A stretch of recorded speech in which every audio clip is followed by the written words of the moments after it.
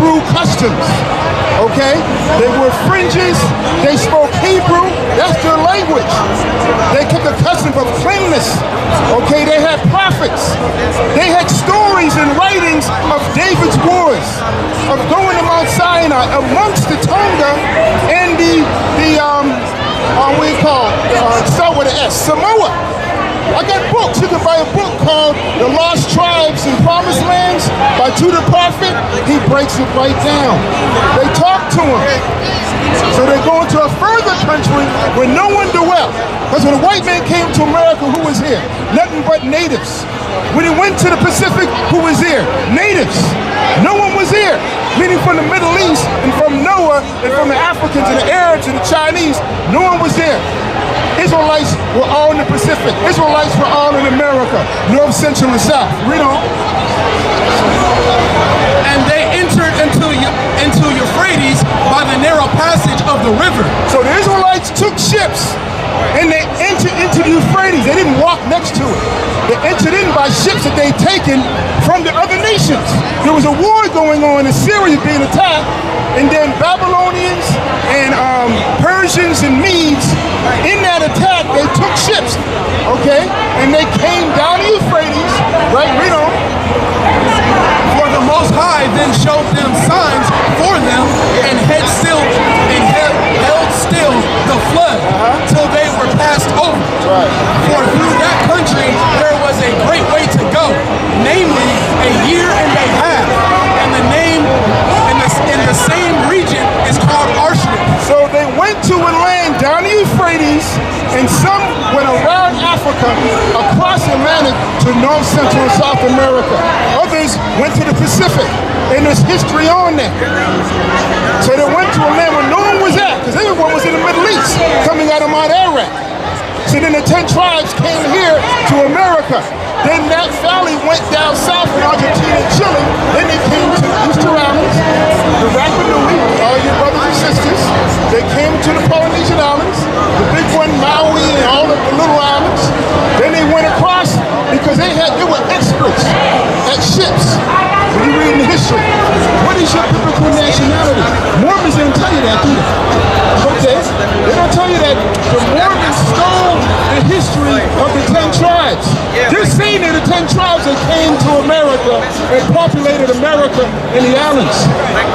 But it was you. Who was you? Who was here first? The white Mormons or Indians and Hispanics and you? We were. So how was these guys the 10 tribes? This is what they're teaching in that book right there. And in that book it tells you that people who are brown skin like us, they're cursed. You got that? You know it right on point. I'm going to show you this right here. This is the book of 1 Nephi, chapter 12, verse 23. And it came to pass that I beheld, after they had dwindled in unbelief, that they became a dark, loathsome, and a filthy people, full of idleness and all manner of abominations. Versus what they think about, like you said, they think that they're the 12 tribes. So this is the contrast to them.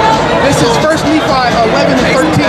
And it came to pass that I looked and beheld the great city of Jerusalem, which we know very well, and also other cities, and I beheld the city of Nazareth. And in the city of Nazareth I beheld a virgin, and she was exceedingly fair and white. So they're saying that people who are dark are cursed and loathsome. And they divide us up. The Lamanites, where everybody looking like us, the Lamanites, and the Nephites to the pure and white. They made that book up. Then they had books in here. Right. That's right. And they have books in there that took from the Bible and put it in there to make it look like it's authentic. They took Isaiah 29 and put it in there as the whole chapter, word for word. Okay? It's a lie. So this is what they did. Okay? All right. No. Okay.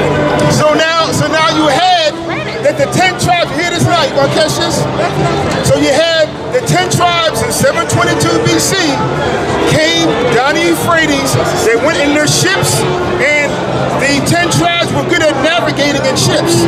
Give me Judges 5 and 17, and they came over here to the Pacific and through the Atlantic to the islands. And the ancestors were, there's a book you can buy by a Hawaiian, to start with a T, but it's called Vikings of the Pacific. This guy goes into it. Spoke Hebrew.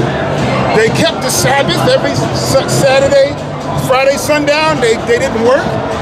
When the white man came, they was like, we need Hebrew interpreters to talk to these people. They speak in Hebrew. You see? But they changed our names. So they came to a land no one dwelt in the islands, and they called it Asareth, which means newfound land or another land, Asareth. This is something the Mormons don't want to tell you about. If they tell you that, they'll tell you it was white folks coming over here. But it was us, our people. That's why we're holy. That's why I look at y'all, I wouldn't know who you are unless I ask you. You might be Dominican, you might be Puerto Rican, right? You might be all these tribes, because we're all the same people. You see? This is what they got us divided up. We got to come back to our nationality. You got some more in there that you want to bring out? That's what you want to bring out? This is Judges 5:17, right? Yeah, 5. Book of Judges, chapter 5, verse 17. Gilead abode beyond Jordan. And why did Dan remain in ships? So you had the Israelites who were remaining in ships, and along with other tribes, Naphtali, Asher, Judah, all these signs, you see the sign right here, they were in ships. So we were good at being in ships and traveling in ships. And you read about how in the book called Voyage, Vikings of the Pacific, how they knew how to read the waves. Your ancestors knew how to read the waves. They could see the waves and say, okay, there's a continent over there, and there's an island over there by the waves. Sometimes it's dark, they couldn't see no stars, they had to follow the waves. That's in that book. Okay, so it shows how we used to travel in ships and how the 10 tribes came here. So when you check out this knowledge, you can buy the book by Tudor Parfit called Israelites, a History or a Myth. And in there he breaks it down that every rite in the Bible, to keeping the Sabbath, keeping our holy days, keeping Hanukkah, the Hawaiians, Samoans, Tonga, Fiji, all the islands kept that until 1877 when Captain Cook came and started Murder Incorporated.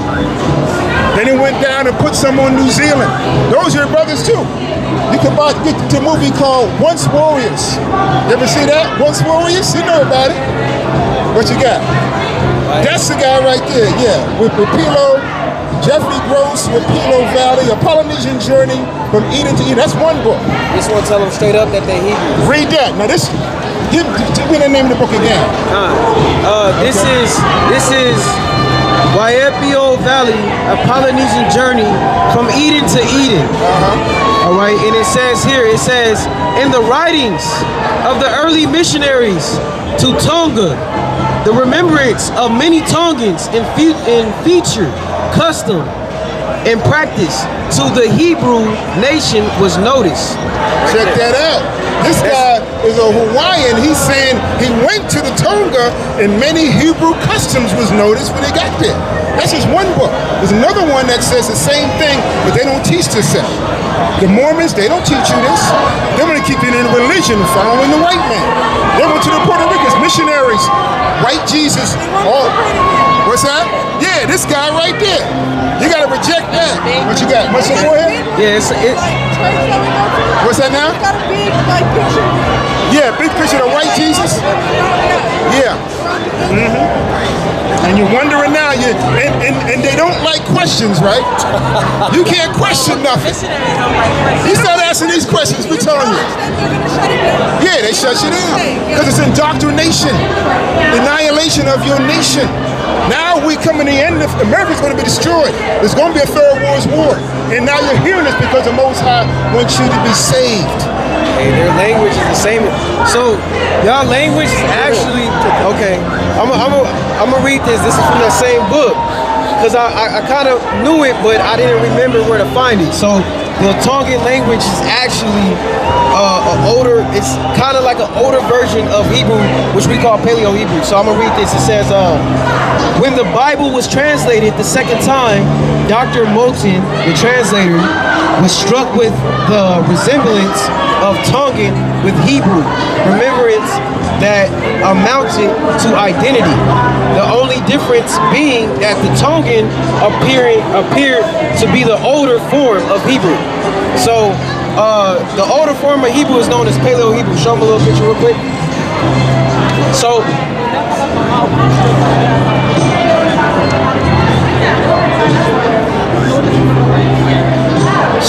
this is the Paleo Hebrew. Okay, Abagada Hawa La Zakata